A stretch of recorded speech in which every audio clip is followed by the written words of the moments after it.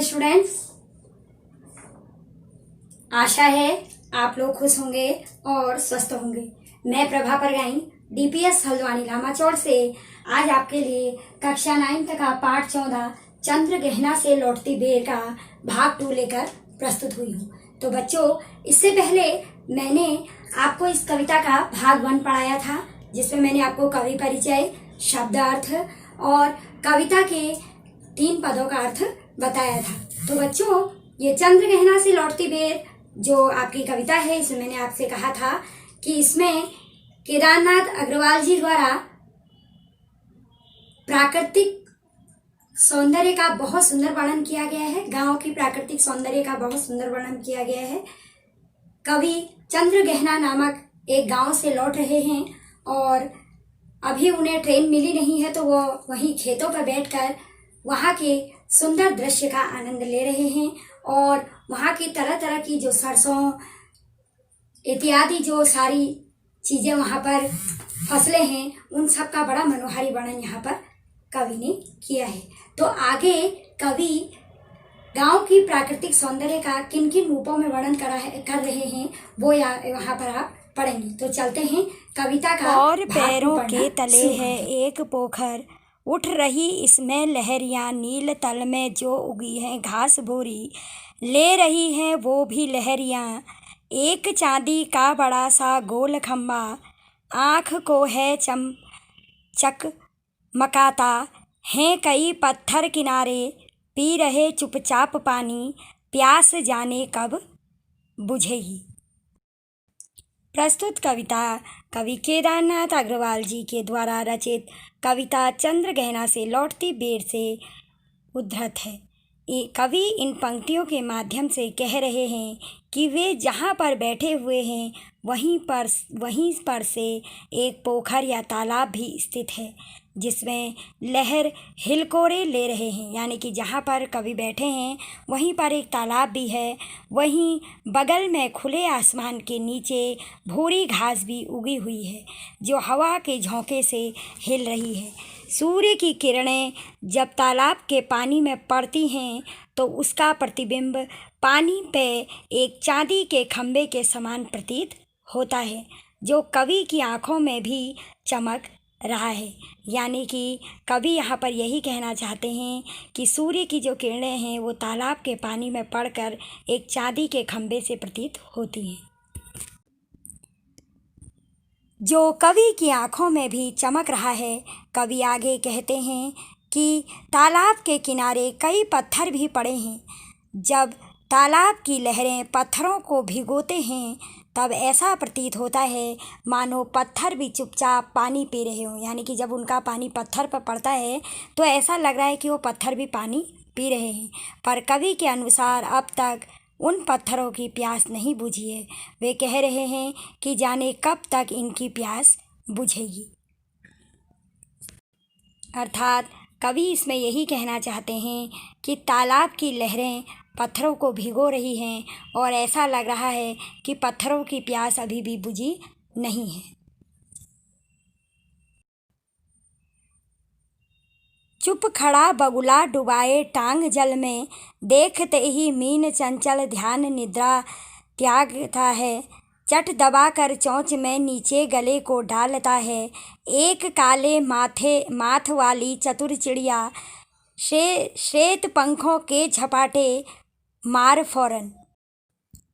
एक उजली चटुल मछली चोंच पीली में दबाकर दूर उड़ती है गगन में, और यही से भूमि ऊंची है, यहाँ से रेल की पटरी गई है, ट्रेन का टाइम नहीं है, मैं यहाँ स्वच्छंद हूँ, जाना नहीं है। प्रस्तुत पंक्तियाँ कवि केदारनाथ अग्रवाल जी के द्वारा रचित कविता चंद्र गहना से लौटती बेर से उद्धृत है। इन पंक्तियों के माध्यम से कवि कह रहे हैं कि तालाब में कुछ बगुले भी हैं जो देखने में बिल्कुल शांत और स्थिर लगते हैं, परंतु जैसे ही उनको मछली पानी में नज़र आती है वे बगुले तुरंत अपनी चोंच पानी के अंदर डालकर मछली को निगल जाते हैं। कवि आगे कहते हैं कि एक सफ़ेद पंखों वाली चिड़िया जिसका माथा या सिर काले रंग का होता है। वह तालाब के ऊपर से मंडराते हुए तालाब के पानी में एकाग्रतापूर्वक ध्यान रखती है। जैसे ही उसे कोई मछली नज़र आती है वह फौरन टूट पड़ती है मछली पर और अपने पीले रंग के चोंच में दबाकर खुले आसमान की तरफ उड़ान भर लेती है। तत्पश्चात कवि कहते हैं कि मैं जहाँ पर हूँ वहीं से भूमि ऊंची उठी है, अर्थात कवि का तात्कालीन स्थान ऊंचाई पर स्थित है। वहीं पर से रेल की पटरी गुजरी है जहाँ पर कवि ट्रेन का इंतज़ार कर रहे हैं, किंतु अभी ट्रेन आने का समय नहीं हुआ है। आगे कवि कहते हैं कि ट्रेन के देरी होने पर मुझे कोई अफसोस नहीं है। कवि वहाँ बिल्कुल स्वतंत्र हैं। वे प्राकृतिक सुंदरता और मनोरम सौंदर्य का मज़ा ले रहे हैं, जबकि शहरी इलाकों में ऐसी हरियाली का अभाव पाया जाता है।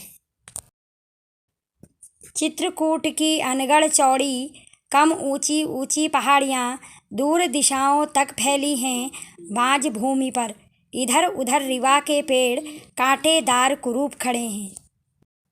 प्रस्तुत पंक्तियाँ कवि केदारनाथ अग्रवाल जी के द्वारा रचित कविता चंद्रगहना से लौटती बेर से उद्धृत है। इन पंक्तियों के माध्यम से कवि कहते हैं कि चित्रकूट की पहाड़ियाँ जो थोड़ी चौड़ी और ऊंची हैं वो दूर तक फैली हैं। कवि आगे कहते हैं कि उन पहाड़ियों के बंजर भूमि पर केवल रिवा नामक कंटीले और भयानक दिखने वाले पेड़ लगे हुए हैं। सुन पड़ता है मीठा मीठा रस टपकाता, सुग्गे का स्वर टें टें सुन पड़ता है। वन स्थली का हृदय चीरता, उठता गिरता सारस का स्वर टिरटो मन होता है उड़ जाऊं मैं। मन होता है उड़ जाऊं मैं, पर फैलाए सारस के संग, जहाँ जुगुल जोड़ी रहती है हरे खेत में, सच्ची प्रेम कहानी सुन लूं चुप्पे चुप्पे। उपयुक्त पंक्तियों में कवि केदारनाथ अग्रवाल जी द्वारा रचित कविता चंद्रगहना से लौटती बेर से ली गई है। कवि उस प्राकृतिक वातावरण में गूंजती तोते और सारसों की मीठी आवाज़ से प्रभावित है। यानी कि यहाँ पर कवि सारस और तोते की जो मीठी मीठी आवाज़ निकल रही है उससे बहुत अधिक प्रभावित है।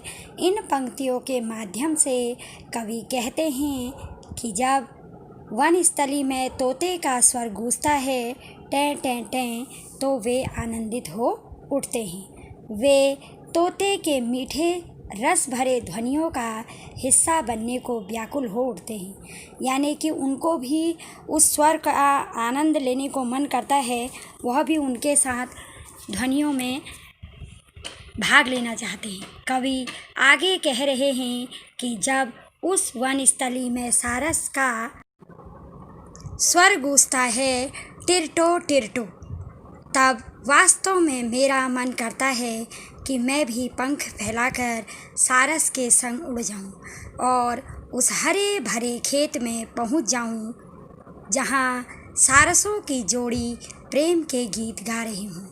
वहीं कहीं छुप कर सारसों की प्रेम कहानी सुन लूं। अतः कवि को उस प्राकृतिक वातावरण और वहाँ पर प्रकृति के बेहतरीन कृतियों से लगाव हो गया था, जिसे छोड़कर आगे बढ़ना उन्हें कतई मंजूर नहीं था।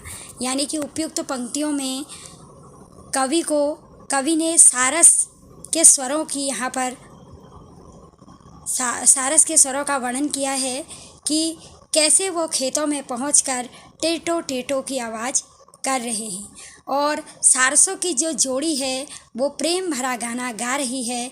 कवि कहते हैं कि मेरा मन भी चुपचाप कहीं पर जाकर चुपके से उनकी प्रेम कहानी को सुनने का मन करता है। अतः कवि कहना चाहता है कि यहाँ का इतना सुंदर दृश्य देखकर मुझे यहाँ के प्रकृति से बहुत ज़्यादा लगाव हो गया है। यानी चंद्रगहना नामक ये जो गांव है, यहाँ के प्राकृतिक सौंदर्य इतना अच्छा है, इतना मनभावक है कि इसकी प्रकृति को देखकर यहाँ से इसे छोड़कर कहीं और आगे जाने की इच्छा अब नहीं होती। तो इस प्रकार बच्चों, इस कविता के माध्यम से कवि ने वहाँ के प्राकृतिक सौंदर्य का बड़ा ही मनोहारी वर्णन किया है और प्रकृति के अलग अलग रूपों का बहुत ही, जैसे फसलों का, सारस का, पशु पक्षियों का, पेड़ पौधों का बहुत ही सुंदर वर्णन किया है।